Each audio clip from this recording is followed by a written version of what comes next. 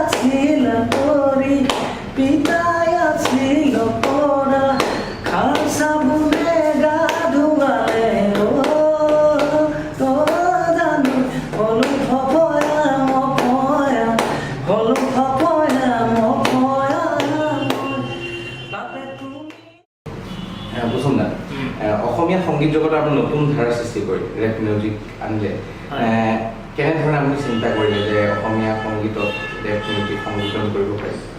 আচলতে এইটো বৰ বেলেগ ধৰণৰ এটা কুৱেশ্যন ইণ্টাৰেষ্টিং কুৱেশ্যন এটা তুমি কৈছা মই উত্তৰটো দিবলৈ খুব ভাল পাম যিহেতু চোৱা দেই মই প্ৰথম অৱস্থাত একো ভবা নাই যে মই গোৱা এই গীতকেইটা যিকেইটা গীত ইতিমধ্যে ৰাইজৰ মাজত আছে এই গীতকেইটা আচলতে ৰেপ সংগীত বুলি মই কোৱা নাই অসমৰ ৰাইজেহে সেইটো স্বীকৃতি দিছে যে এইকেইটা গীত সঁচাকৈ ৰেপ সংগীত কিন্তু মই কথা কবিতা আকাৰত মই উপস্থাপন কৰি চাইছিলোঁ ন' ডাউট মই ৰেপ সংগীতৰ গাত ভেজা দি মই এনেই প্ৰায়ভাগে কৰিছিলোঁ আৰু কিন্তু অসমৰ ৰাইজে ৰেপ সংগীত বুলি অসমৰ ৰাইজেহে নামাকৰণ কৰিছে মই নিজে এতিয়াও ক'বলৈ নাযাওঁ যে এইকেইটা গান একদম পিয়'ৰ ৰেপ সংগীত পিছলৈ মই এতিয়া লাচিত গাইছোঁ ভাইটিৰ লগত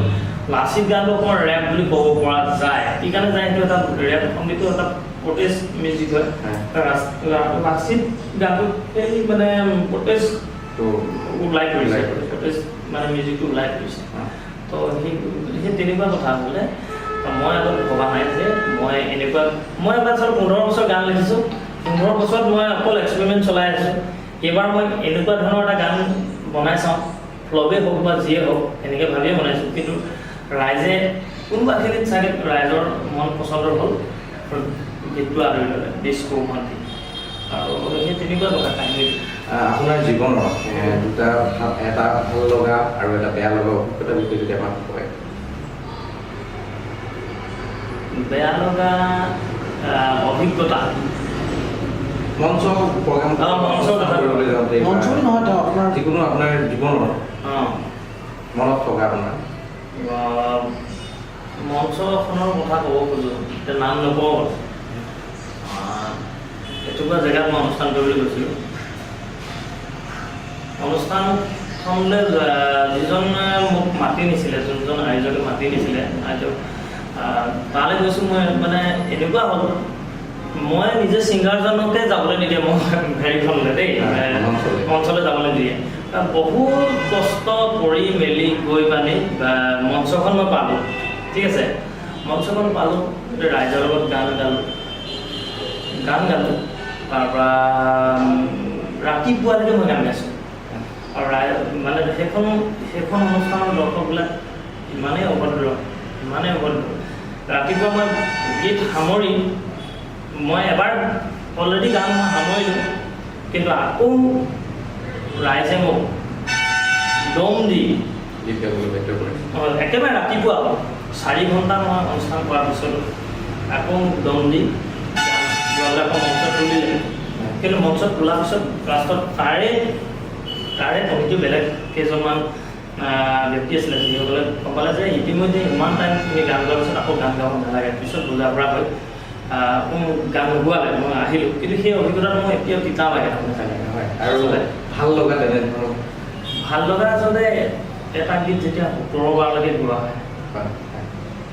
এবাৰ এখন অনুষ্ঠানত মই এটা গীত 17 বাৰ নহয় দেই মইতো অকণমান বেছিকৈ কৰি দিছোঁ মিনিমাম মই 14 বাৰমান গাইছোঁ এটা গান প্ৰতি 3টা বিহুৰ মূৰে এটাই গান সেইটো হৈছে ডিস্কো ভণ্টি আৰু একো গাব নালাগে সেই বস্তুটো অভিজ্ঞতাটো অকণমান ভাল হয় মই যিহেতু জীৱনৰ প্ৰথমটো গান ইমান ৰাইজে ভাল পাইছে যিহেতু মই 14 বাৰ মানে মই মাত্ৰ এটা গানেই গাব লাগে ভাল লগা আৰু আপুনি ইতিমধ্যে আপোনাৰ এটি গীত আই আছিল আকৰি অসমৰ ৰাইজে পুনৰবাৰ লৈছে অকণমান যদি আমাৰ অসমৰ ৰাইজৰ বাবে গুণগুণাই দিয়ে গীতটো আচ্ছা মই গীতটি গুণগুণাই দিয়াৰ আগতে গীতটিৰ লগত জড়িত গোটেই ভিডিঅ'লৈকে জড়িত যিমানবিলাক কলা কৌশলী আৰু শিল্পী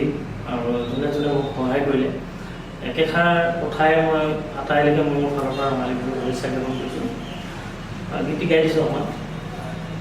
হে জানৈ আই আছিলা কৰি হে জানৈ পিতাই আছিল পৰা হৈ আই আছিলা কৰি পিতাই আছিল পৰা খাল চাবোনে গা ধুৱালে জানো হলো ফপয়া মপয়া হলো ফপয়া মপয়া তাতে তুমি হলা ধুনীয়া মোক লাগে হাঁহিতে নাচ দিয়া তুমি হলা ধুনীয়া হাঁহিতে নাচ দিয়া ভয় লাগে ভাল পাই কবলে জানো ঠিক এনেকুৱা গানটো কোৱা ধন্যবাদ ধন্যবাদ জনাইছোঁ